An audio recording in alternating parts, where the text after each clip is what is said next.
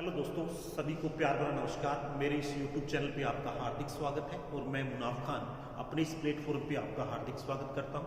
तो आज अपनी क्लास 10th का जो क्लास 10th है उसके बारे में एक चैप्टर है कार्बन, उसके बारे में अपने डिस्कस कर रहे हैं। यानी कार्बन का टॉपिक उठाया है बेटा जी, ठीक है। एक कार्बन है, उसके यौगिक है। हमारा ये वीडियो बोर्ड एग्जाम के अंदर एक रामबाण साबित होगा। हम इसके अंदर इंपॉर्टेंट क्वेश्चंस बताएंगे आपको कौन कौन से हैं। उसके लिए अपने स्टार का जो पॉइंट है, स्टार पॉइंट, मैं यहाँ पे स्टार लिखूंगा, तो आप अपनी उस नोटबुक में उस पॉइंट को आपने लिख लेना है। तो बेटा जी अपना जो चैप्टर नंबर एनसीईआरटी बुक का चैप्टर नंबर 4 है कार्बन और उसके यौगिक। तो अपने यहाँ पे डिस्कस कर रहे हैं कार्बन और उसके यौगिक। कार्बन और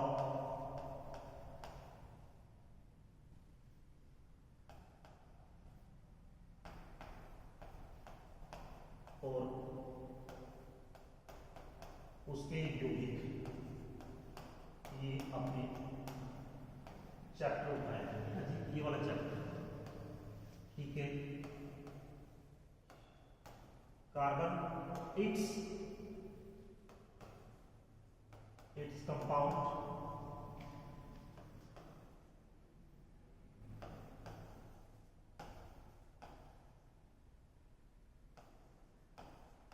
कंपाउंड्स, ये चैप्टर का नाम है।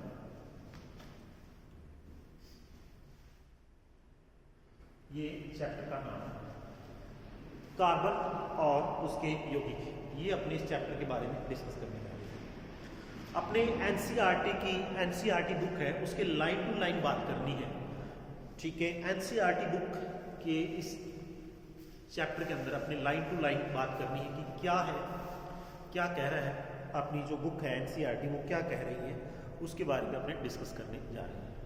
तो सबसे पहले अपने बात करें कि जब आप सुबह की शुरुआत करते हो, सुबह की शुरुआत आप चाय के साथ करते हो, तो चाय के साथ कोई भी नाश्ता, बिस्किट्स वगैरह है वो लेते हो। उनके अंदर, चाय के अंदर और जो बिस्किट्स हैं उनके अंदर कार्बन की मात्रा कुछ ना कुछ होती जरूर है, ठीक है। चाय के अंदर भी कार्बन है और हाइड्रोजन्स के कार्बन की मात्रा चाय के अंदर और बिस्किट्स के अंदर है।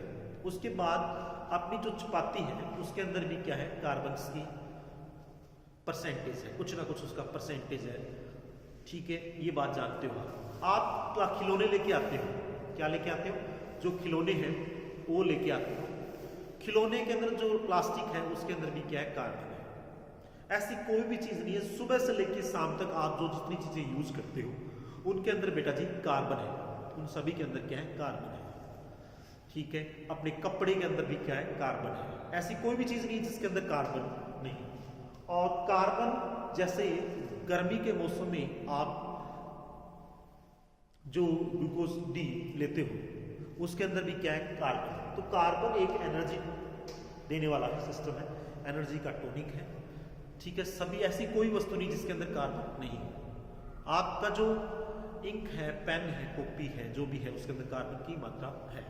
अब कार्बन को जलाएंगे तो कार्बन को जब उसका कंबशन करते हैं या जलाते हैं तो जलाने के बाद में जो गैस है वो CO2 कार्बन डाइऑक्साइड गैस देता है। कौन सी गैस देता है, कार्बन डाइऑक्साइड गैस देता है। ये बात आपको समझ में आ गई। अब अपने बात करें इसके अंदर, सबसे पहले अपनी पृथ्वी के अंदर बात करें। अपनी जो पृथ्वी है, अर्थ की बात करूं, भूपट्टी के अंदर बात करूं, भूपट्टी के अंदर बात करूं, ये डाटा सारी एनसीईआरटी के अंदर बात कर रहे हैं। भूपट्टी के अंदर बात करें, भूपट्टी में खनिज, भूपट्टी में जो खनिज है, भूपट्टी में खनिज के रूप में होता है। किस रूप में होता है, खनिज के रूप में। इसके रूप में होता है बेटा जी, खनिज के रूप में होता है। अब खनिज कैसे, किस रूप में होगा, ये कार्बोनेट के रूप में। किस रूप में होगा, कार्बोनेट, CO3, ठीक है। CO3 -2 लिखते हैं तो इसको बोलते हैं कार्बोनेट, ठीक है। इसके ऊपर जो चार्ज होता है उसे क्या बोलते हैं, कार्बोनेट, ठीक है। कार्बोनेट हाइड्रोजन कार्बोनेट,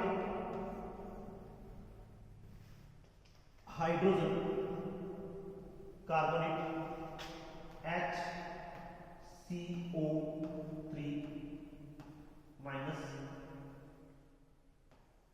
इस पे जो चार्ज होता है minus, CO3 HCO3 sodium hydrogen carbonate, carbonate ये भूपट्टी के अंदर पाया जाता है। और उसके बाद में अपनी जमीन से जो कोयला, कोयले के अंदर भी क्या होता है, कार्बन की कुछ ना कुछ परसेंटेज होता है। उसके बाद में आपने बात करी पेट्रोलियम, पेट्रोलियम में भी क्या होता है, कार्बन होता है।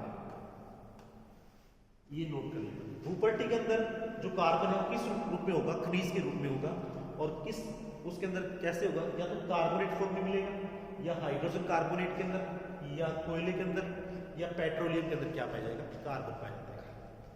अब इसकी बात करें, यहां भूपट्टी के अंदर कितना परसेंट होता है, ये 0.02%, 0.02% होता है। बेटा जी कितना परसेंट होता है, 0.02% होता है कार्बन उपस्थित होता है, यानी इतना परसेंट अपने इसके अंदर कार्बन उपस्थित होता है।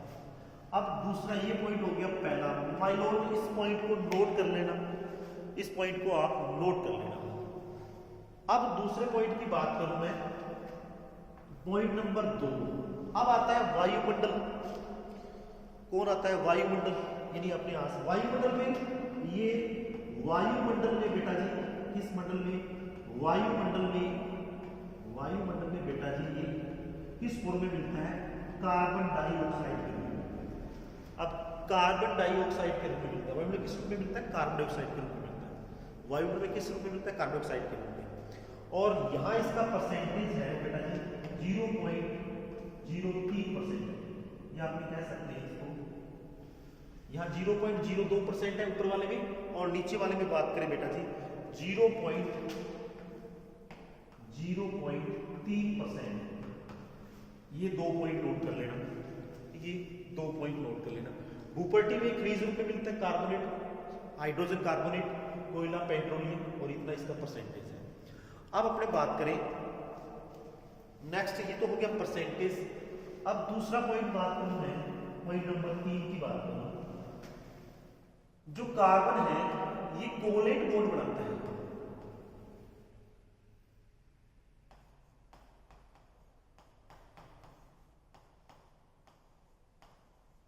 सहसंयोजक बंध बनाता है, सहसंयोजक बंध बनाता है। कौन सा बंध बनाता है बेटा जी, सहसंयोजक बंध बनाता है। इंग्लिश में इसे क्या कहते हैं, कोवलेंट बॉन्ड कहते हैं, इंग्लिश में इसे कोवलेंट बॉन्ड कहते हैं। ठीक है, अब इसमें क्या होगा, इक्वल शेयरिंग होगी, इलेक्ट्रॉन की इक्वल शेयरिंग होगी, इलेक्ट्रॉन की इक्वल शेयरिंग, इलेक्ट्रॉन की इक्वल शेयरिंग, इलेक्ट्रॉन की इक्वल शेयरिंग होगी इसमें। फॉर एग्जांपल्स की बात करूं बेटा जी, क्या होता है कोवलेंट बॉन्ड, वो भी अपने डिस्कस कर रहे हैं। जैसे ही हाइड्रोजन हाइड्रोजन हाइड्रोजन और हाइड्रोजन, हाइड्रोजन की आउटर मोस्ट, उसके पास एटॉमिक नंबर कितना है, 1 है। हाइड्रोजन का एटॉमिक नंबर कितना है, 1 है, तो उसकी आउटर मोस्ट शेल में कितना इलेक्ट्रॉन होगा, 1 इलेक्ट्रॉन। और इसी हाइड्रोजन के आउटर मोस्ट शेल में कितना इलेक्ट्रॉन होगा, 1 इलेक्ट्रॉन। अब अपनी बात करें, ये हाइड्रोजन 2 इलेक्ट्रॉन कंप्लीट करता है, 1 इलेक्ट्रॉन इसके पास है, 1 इलेक्ट्रॉन इसके पास है, और 1 इलेक्ट्रॉन इससे लेगा, तो कितने 2 इलेक्ट्रॉन हो जाएंगे। ये अपनी आउटर मोस्ट में 2 इलेक्ट्रॉन, तो इसमें क्या होगा, शेयरिंग होगी। देखो ये इसको दे देगा, ये इसको दे देगा, शेयरिंग हो रही, इलेक्ट्रॉन की शेयरिंग हो रही, यानी इक्वल शेयरिंग। इलेक्ट्रॉन इसको देगा, इसको इक्वल शेयरिंग, ये इसकी इक्वल शेयरिंग से क्या बनेगा, यहाँ सहसंयोजक बंध बनेगा। यहाँ कौन सा बंध बनेगा, सहसंयोजक बंध बनेगा। इसे कहते हैं कौन सा बंध, सहसंयोजक। इसको अपने ऐसे लिख सकते हैं H, इसको अपने ऐसे लिख सकते हैं H। अब अपने बात करें, अब इनके बीच में एक इलेक्ट्रॉन, ये दोनों लाइनों को ऐसे मिला देंगे तो बीच में लाइन आई एक, एक लाइन में 2 इलेक्ट्रॉन होते हैं, कितने होते हैं? 2 लाइन, एक लाइन में 2 इलेक्ट्रॉन होते हैं, एक इसका हाइड्रोजन एक इसका, ये सिंगल बॉन्ड बनती है, ये एकल आबंध बनाती है। कौन सा? एकल आबंध बनाती है, ठीक है, ये एकल आबंध बनाती है। अब देखो इसकी डेफिनेशंस लिख रहे हैं, इसकी क्या लिख रहे हैं? डेफिनेशंस लिख रहे हैं। अब देखो ये कितने परमाणु? 2 परमाणु। कितने परमाणु? 2 परमाणु। हाइड्रोजन 2 परमाणु है, या स्क्रीन में कितने? 2 परमाणु है। तो अपने बात करें 2 परमाणु है, तो अपने 2 परमाणु है, तो लिख देता हूं मैं यहाँ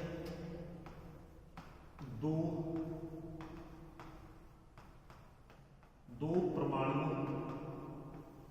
ये लिखा 2 परमाणु। इसकी डेफिनेशंस लिख रहे हैं, 2 परमाणुओं के बीच, अब 2 परमाणुओं के बीच, 2 परमाणुओं के बीच, 2 परमाणुओं के बीच, अब क्या हो रहा है? इलेक्ट्रॉन शेयरिंग हो रही है, 2 परमाणुओं के बीच इलेक्ट्रॉन, 2 परमाणुओं के बीच में क्या हो रहा है? इलेक्ट्रॉन। आपको देखो 2 परमाणुओं के बीच में क्या हो रहा है? इलेक्ट्रॉन की शेयरिंग हो रही है। इलेक्ट्रॉन का एक इलेक्ट्रॉन का एक युग्म, एक इलेक्ट्रॉन की एक युग्म, एनसीईआरटी बुक की डेफिनेशन से हम एक युग्म, 2 परमाणुओं के बीच इलेक्ट्रॉन की एक युग्म की साझेदारी, युग्म के बीच में साझेदारी, शेयरिंग, साझेदारी, 2 परमाणुओं के बीच इलेक्ट्रॉन की एक युग्म की साझेदारी, साझेदारी, 2 परमाणुओं के बीच इलेक्ट्रॉन की एक युग्म की साझेदारी के द्वारा बना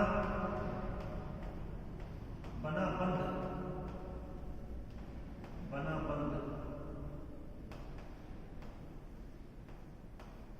जिसे आप जानते हैं। बना बंध कौन सा बंध कहलाता है बेटा जी? जानने का मतलब सहसंयोजित बंध कहलाता है,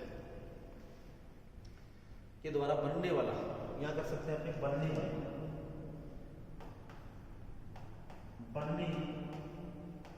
वाला, बंध, 2 परमाणुओं के बीच इलेक्ट्रॉन के एक युग्म की साझेदारी के द्वारा बनने वाला बंध या आबंध लिखा है बुक में, बंध सहसंयोजी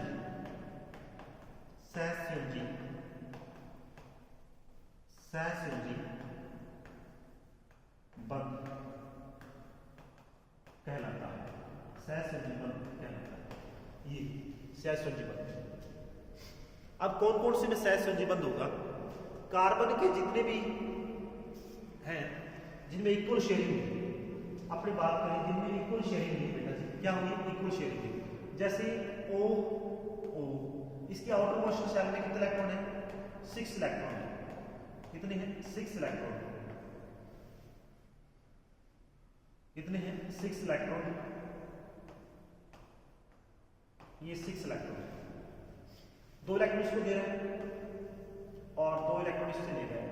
1 2 3 4 1 2 3 4 5 6 1 2 3 1 2 3 4 5 6। अब ये 2 इलेक्ट्रॉन ले रहे हैं, तो इसके बीच में डबल बॉन्ड आएगा, यानी 2 इलेक्ट्रॉन की बराबर की साझेदारी हुई है, तो कौन सा बंध बनेगा? कौन सा बंध बनेगा? सहसंयोजी बंध बनेगा। दोबारा एग्जांपल लेते हैं, दूसरा एग्जांपल लेंगे, दूसरा एग्जांपल ये लेंगे, दूसरा एग्जांपल अपने जैसे H और Cl, इसके पास कितने इलेक्ट्रॉन आउटर मोस्ट शेल में? इसके आउटर मोस्ट शेल में 7 इलेक्ट्रॉन है, एटॉमिक नंबर है इसका 17 नंबर, और इसके आउटर मोस्ट शेल में 1 इलेक्ट्रॉन है। ये 1 इलेक्ट्रॉन एक्सेप्ट करेगा और ये इससे 1 इलेक्ट्रॉन लेगा, ठीक है। तो H और Cl के बीच में कौन सा बंध आएगा? सिंगल बंध, ठीक, इक्वल शेयरिंग हो रही है इलेक्ट्रॉन की। अब देखो इक्वल इलेक्ट्रॉन की शेयरिंग हो रही है, तो इसके बीच में कौन सा बंध बन रहा है? सहसंयोजी बंध बन रहा है। कौन सा बन रहा है? सहसंयोजी बंध बन रहा है। बेटा समझ में आई बात? कौन सा बंध बन रहा है? सहसंयोजी बंध बन रहा है। अब देखो सबसे पहले अपनी बात करें इस सहसंयोजी बंध के कुछ पॉइंट है, जैसे अपनी बात करें H, इसकी स्ट्रक्चर लिख दी मैंने, H लिख दिया। तो सबसे पहले बात करें ये इनके बीच में हाइड्रोजन हाइड्रोजन के बीच में जो वो कैसा बंध होगा? पर्पल होगा। कैसा बंध होगा? पर्पल आबंध होगा, पर्पल बेटा जी कैसा बंध होगा? परबल बंध। इसकी सहसंयोजी बंध में दो परमाणुओं के बीच जो बंध बनता है वो कैसा होगा? परबल आबंध होगा। कैसा होगा? परबल आबंध होगा।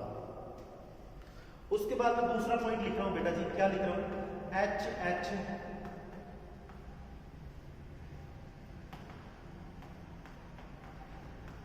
दो हाइड्रोजन, दो H2 ऐसे H2 इनके बीच में जो अट्रैक्शन होगा, इनके बीच में अंतराणु होगा, अंतराणु बल है, अंतराणु बल वो कैसा होगा? वो क्या हो? वीक होगा। अंतराणु बल कैसा होगा? वीक होगा। कैसा होगा? वीक होगा, दुर्बल होगा। ये पॉइंट आप नोट कर लेना। ये पॉइंट आप नोट कर लेना। समझ में आई बात मेरे भाई? अब नेक्स्ट बात करते हैं। अब सहसंयोजी यौगिक का आगे वाला एमपी होता है गलनांक, यानी का गलनांक, और बीपी होता है कंपनांक। क्या होता है? बीपी क्या होता है? कंपनांक। ये दोनों क्या होते हैं? सहसंयोजी जो कंपाउंड है उनके क्या होते हैं? ये कम होता है, यानी लेस देन। क्या होता है? कम। इनका सहसंयोजी यौगिकों का क्या होता है? कम होता है। और आगे वाला ये विद्युत के क्या होते हैं? कुचालक। ये विद्युत के क्या होते हैं? लाइट के क्या होते हैं? कुचालक होते हैं। या ये विद्युत के बेटा जी ये क्या है? विद्युत के कुचालक होते हैं। विद्युत के क्या होते हैं? कुचालक होते हैं। बात समझ में आई? ये पॉइंट है, इनसे बाहर नहीं जाएगा। ये पॉइंट आप अपने शॉर्ट नोट चाहिए, ये आप तैयार कर लें बेटा जी। अब ये विद्युत के कुचालक होते हैं। अब दूसरी बात करें, नेक्स्ट पॉइंट पे चलते हैं, अपने डिस्कस करते हैं। ये उत्कृष्ट गैस जैसा विन्यास प्राप्त करना चाहते हैं। उत्कृष्ट गैस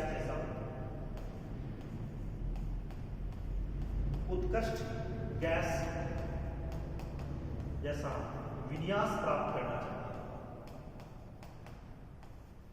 उत्कृष्ट गैस कौन सी होती है? हीना, नीना और करीना। अपने पास इतना याद है।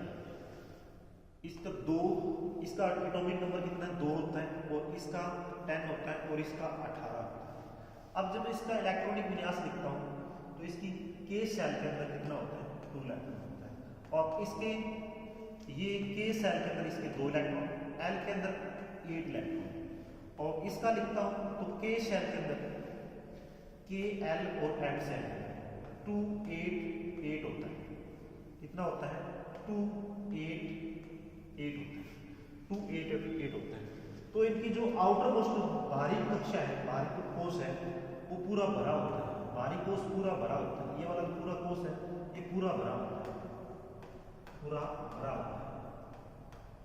ठीक है, ये पूरा भरा होता है। तो कार्बन ये चाहता है, क्या चाहता है? कार्बन उत्कृष्ट गैस जैसा होना चाहता है। अब देखो कार्बन की बात कर लेते हैं। कार्बन का जो प्रतीक होता है वो क्या होता है? C होता है।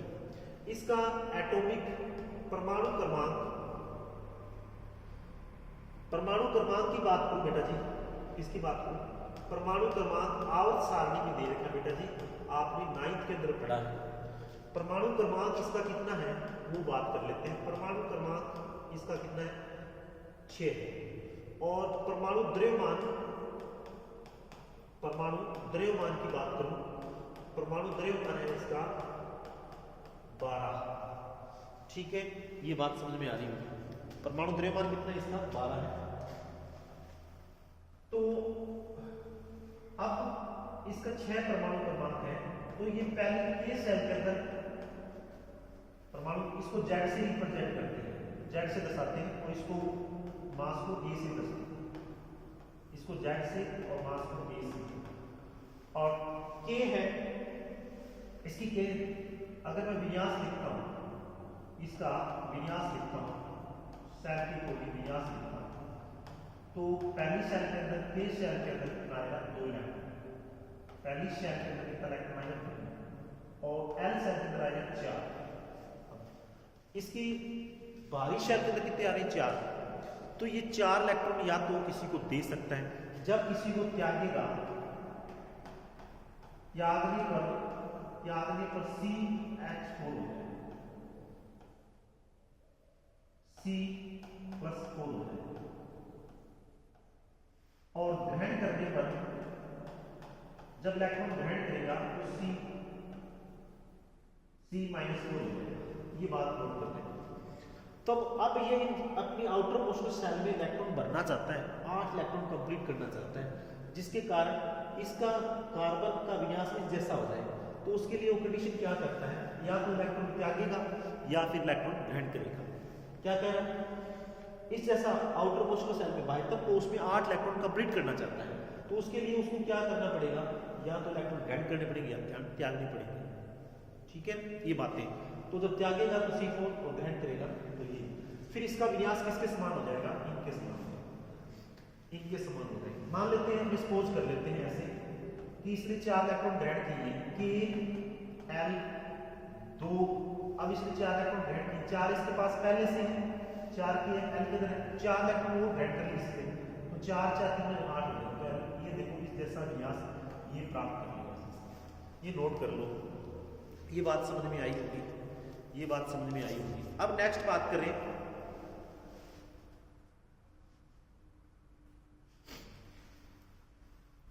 ये नोट कर लिया होगा। अब नेक्स्ट पॉइंट पे बात करें, नेक्स्ट पॉइंट पे बात करें, ये जैसे मैंने कुछ एग्जांपल लिखी है, H2, Cl2, N2, O2, ETC, ये सारे के सारे क्या हैं, द्विपरमाणु। क्या है, द्विपरमाणु, द्विपरमाणु। अब अपने इनकी संरचना की बात कर लेते हैं। अब इनकी संरचना पढ़ लेते हैं, संरचना कैसे होती है। अब संरचना इनकी 2 प्रकार की होती है, 2 प्रकार की संरचना होती है। एक को बोलते हैं EPS स्ट्रक्चर, कौन सी बोलते हैं, EPS स्ट्रक्चर। इसे बोलते हैं इलेक्ट्रॉन बिंदु संरचना, इलेक्ट्रॉन बिंदु संरचना, इलेक्ट्रॉन बिंदु संरचना। और दूसरी होती है SS स्ट्रक्चर, सिंपल स्ट्रक्चर बोलते हैं। कौन सी बोलते हैं, सिंपल स्ट्रक्चर से बोलते हैं। अब देखो अपने 1 बाय 1 पॉइंट पढ़ लेते हैं। जैसे हाइड्रोजन की अपने डिस्कस कर चुके हैं, एग्जांपल हाइड्रोजन की डिस्कस कर रहे हैं। H इसने इक्वल शेयरिंग की, इलेक्ट्रॉन की इक्वल शेयरिंग की, इसने इक्वल शेयरिंग की, तो ये एक इलेक्ट्रॉन इसने लिया, एक इलेक्ट्रॉन इसने लिया, तो ये स्ट्रक्चर कौन सी, EPS स्ट्रक्चर है इसकी। कौन सी है, EPS स्ट्रक्चर। ये वाली कौन सी है, EPS स्ट्रक्चर। उसके बाद में बात करें, ये इसकी सिंगल बोर्ड लगा दिया, ये कौन सी है इसकी, SS स्ट्रक्चर, सिंपल स्ट्रक्चर, साधारण संरचना। उसके बाद में दूसरा एग्जांपल ले लिया अपने, ये लिया ऑक्सीजन लिया। दूसरा एग्जांपल कौन सा लिया आपने, ऑक्सीजन लिया। कौन सा लिया, ऑक्सीजन। ऑक्सीजन का एटॉमिक नंबर कितना है, ऑक्सीजन का एटॉमिक नंबर अपने को पता है 8 होता है। उसकी पहली सेल में 2 इलेक्ट्रॉन, उसकी आउटर मोस्ट सेल में कितने इलेक्ट्रॉन है बेटा जी, कितने इलेक्ट्रॉन है, 6 इलेक्ट्रॉन है, यानी 6 इलेक्ट्रॉन है, ये 6 इलेक्ट्रॉन है। और ये 2 इलेक्ट्रॉन ले रहा है और ये 2 इलेक्ट्रॉन ले रहा है। इस लाइन में इसने 2 इलेक्ट्रॉन, एक इलेक्ट्रॉन लिया, इसमें 2, तो इसकी ये तो होगी कौन सी, EPS स्ट्रक्चर होगी। कौन सी, EPS स्ट्रक्चर। अरे 8 पूरे करने कितने चाहिए उसको, 2 चाहिए ना, अच्छा इसकी पैटर्न कोश में। तो इसकी स्ट्रक्चर यहाँ पे देखो, इन लाइनों को मिला दूंगा मैं, ये 2 इलेक्ट्रॉन को मिला दूंगा तो 2 लाइन मिलेगी। तो इनके बीच में कौन सा बॉन्ड आएगा, द्विबंध आएगा। कौन सा बंध आएगा, द्विबंध, द्विबंध आएगा। इसे बोलते हैं द्विबंध, द्विबंध, डबल बॉन्ड, द्विबंध बोलते हैं। और ये कौन सा है, एकल बंध। ऊपर कौन सा है, एकल बंध। ऊपर कौन सा बेटा जी, एकल बंध। ठीक है। उसके बाद में नेक्स्ट है N2P स्ट्रक्चर। नाइट्रोजन का आपने बात करी, नाइट्रोजन का परमाणु क्रमांक है वो है 7। उसकी फर्स्ट सेल के अंदर अपने बात करें, फर्स्ट सेल में इलेक्ट्रॉन कितने हैं, फर्स्ट सेल के अंदर इलेक्ट्रॉन है उसकी 2 इलेक्ट्रॉन। और आउटर मोस्ट सेल बाह्यतम कोष में इलेक्ट्रॉन कितने हैं, वो है 5। इसका जेड नंबर कितना है 7, के में कितने आएंगे बेटा जी 2, एल में कितने आएंगे 5, ये 5 इलेक्ट्रॉन लिख दूंगा यहाँ पे, कितना इलेक्ट्रॉन लिख दूंगा 5 इलेक्ट्रॉन लिख दूंगा। तो ये 1 2 3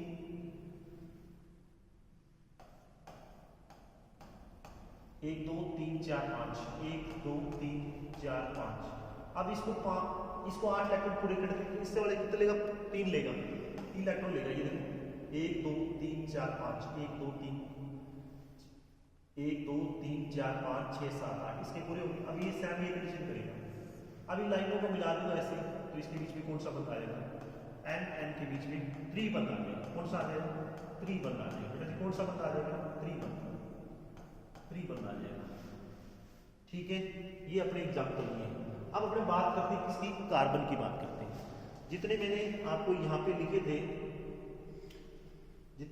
थे, H2Cl2 N2O2 और Cl2 की स्ट्रक्चर ये बनेगी, Cl के बाइथन कोष में कितने इलेक्ट्रॉन है, 7 इलेक्ट्रॉन है। परमाणु क्रमांक कितना है 70 है उसका।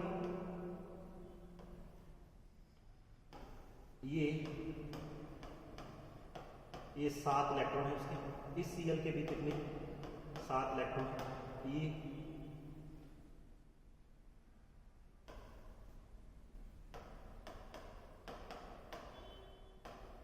ये इलेक्ट्रॉन पूरे 1 इलेक्ट्रॉन लेगा, 1 इलेक्ट्रॉन से इस दोनों को मिला दूंगा तो इसके बीच में कौन सा आएगा Cl।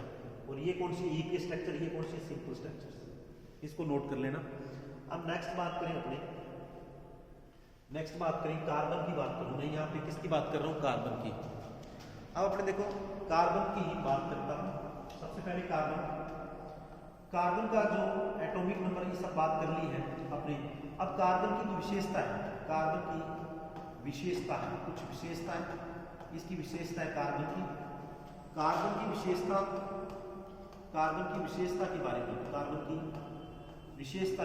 करें। नंबर 1, कार्बन के अंदर एक गुण है, वो है सर्कुलर। कौन सा गुण है बेटा जी, सर्कुलर गुण है। सर्कुलर होता है जुड़ के चेन बनाना, जैसे सी सी सी सी, ठीक है, ये जुड़ के चेन बनाती है, ये गुण पाया जाता है किसमें, कार्बन में। सर्कुलर गुण क्या होता है, जुड़ना। तो ये बड़ी संख्या में जुड़कर क्या बनाते हैं, कार्बन का कोई कंपाउंड्स का निर्माण करते हैं। ठीक है, और उसके बाद दूसरा पॉइंट है इसकी संयोजकता कितनी होती है, इसकी वैलेंसी कितनी होती है, C4 होती है।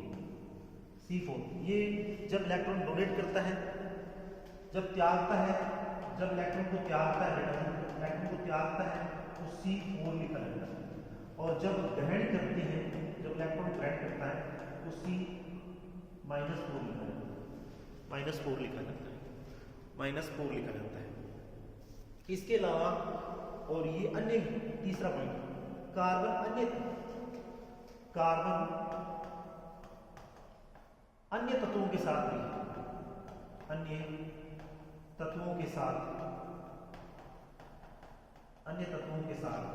बंध बनाता है, आबंध बनाता है।